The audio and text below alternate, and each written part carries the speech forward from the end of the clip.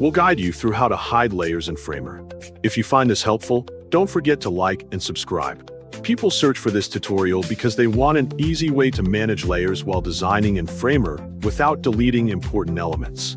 Beginners often need to temporarily hide sections to focus on specific parts of their layout, so they look for simple methods to keep their workspace clean, organized, and easier to edit. To begin this tutorial, open a browser on your computer. Go to framer.com by typing the website address into the search bar. Once the website loads, click New Project to start creating a new workspace. After that, select Blank Project so you can build your layout from scratch without using any predefined templates.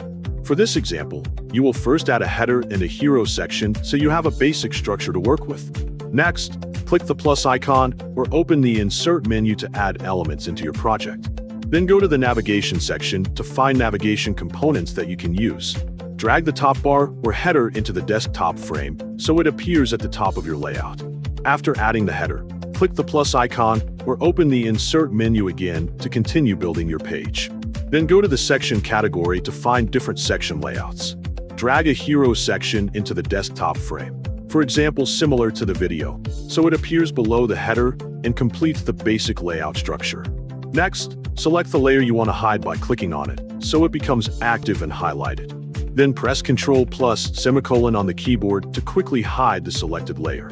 The selected layer will now be hidden from the canvas, but it will still remain in the layer panel so you can access it again later if needed. This method is useful when you want to temporarily hide elements without deleting them. For the second method, select and right-click on the layer you want to hide so a menu appears. Then click Hide from the menu to hide the selected layer. The selected layer will now be hidden from the canvas in the same way as the first method. You can use either method depending on your preference or workflow while editing your design.